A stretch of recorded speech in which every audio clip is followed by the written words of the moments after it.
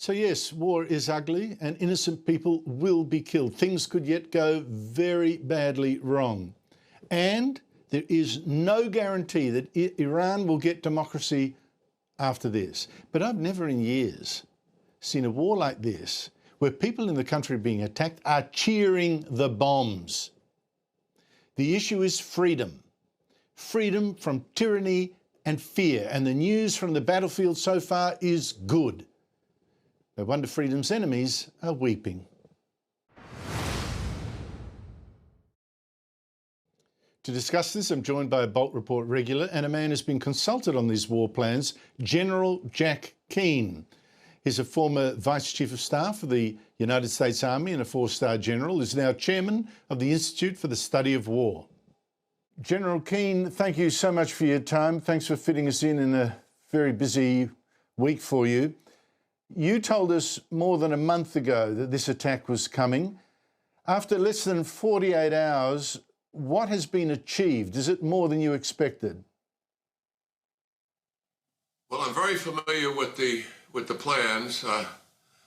I've seen the IDF plans, and I'm very familiar with the U.S. plans in terms of what the objectives, military objectives, are here. And I can report to you and our audience that we are exceeding expectations of a couple of things. One is being able to decapitate as many leaders as we did based on exquisite intelligence. As has been reported, we were able to take advantage of an opportunity that arose quite suddenly over the weekend, and that was a key meeting that many of the leaders were going to have during the daytime, and we moved up the timing of the operation. To be frank, the operation was planned to go at night. And this was Shabbat Saturday, obviously in Israel, which is, as we know, is a holy day for them. And it's part of Ramadan, obviously. And that exceeded expectations in having that opportunity. We knew we could get to them for sure. So 48 leaders decapitated to include the Ayatollah did exceed our expectations. And then what is happening here is because we've been able to hit with massive airstrikes, over 2,000 airstrikes in a 24-hour period. That is really quite staggering, even for the United States with the might of its air power. And this is IDF and U.S. military. We were able to deal a decisive blow very early on to the ballistic missile, short and medium range missiles that they have, which is the thing that concerns Israel and the United States in terms of attacking collectively our bases and our people. And secondly, being able to go after the drone inventory. So we believe that there's been a weakened response from the regime initially, because Intel told us that the regime was going to, as soon as they were hit, they learned a lesson from the 12-day war. They fully intended to go all out against U.S. bases, the Israelis, and also the Gulf states in the region from day one.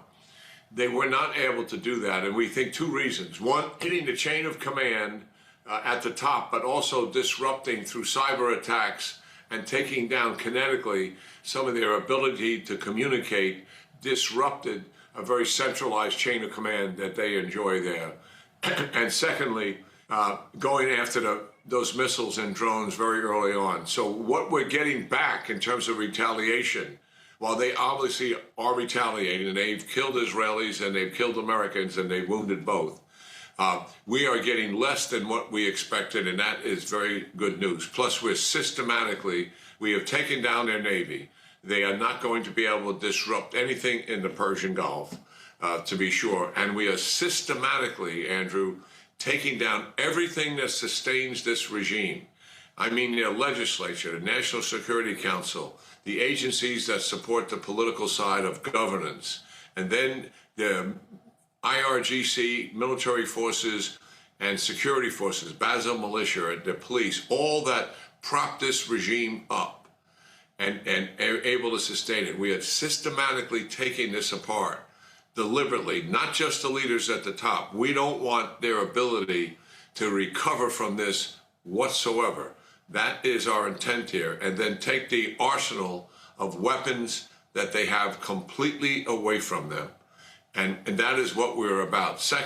The second thing is they are at two sites trying to recover their nuclear enterprise, not the old sites, new sites. We know where they are, and we're taking them down at that. We're going to set them back and end this nuclear enterprise that they are committed to once and for all. That is our mission here, to make certain that Iran is no longer a threat, not only to their own people, but to the region as a destabilizing factor. We intend to take this regime off the board in terms of its capability. Even if some of the nationalists or ideologues stay in power, they're not going to have the kind of capability and threat that they presented to the region. And obviously the second goal, which we are about, is setting the conditions so that the regime as we know it does collapse.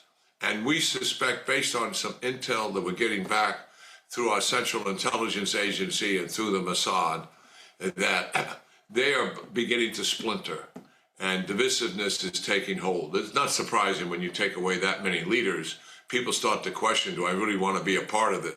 General Keane, you say you've seen the plans, you know what the goal is. I always thought, you know, people are talking about regime change. Ideally for Iranians, that would be great. But it strikes me that Israel and the US don't need to have that to achieve what they really want. Israel, more security from attack than they've had since the country was created. The US boosting its power over the whole Middle East, plus the decapitating a Russian and Chinese ally and possibly diverting oil from China. All this is great. But when you've seen these plans, you know what's happened in the first day and a half. What is going to happen? What is the next goal on the ground? Yeah, well, you're absolutely right. I mean, our major objective here is to take this threat off the table as it has existed since 1980. And, you know, for our audience, because we have people in our country, not a lot certainly, but the political opposition, and we have problems with some of our European friends. They say, well, what's the basis for this? I mean, the Americans, do you have a legal basis for actually attacking Iran? Just so the audience understands, they began killing us, Americans, in 1983. They killed 241 Marines in a barracks that they blew up.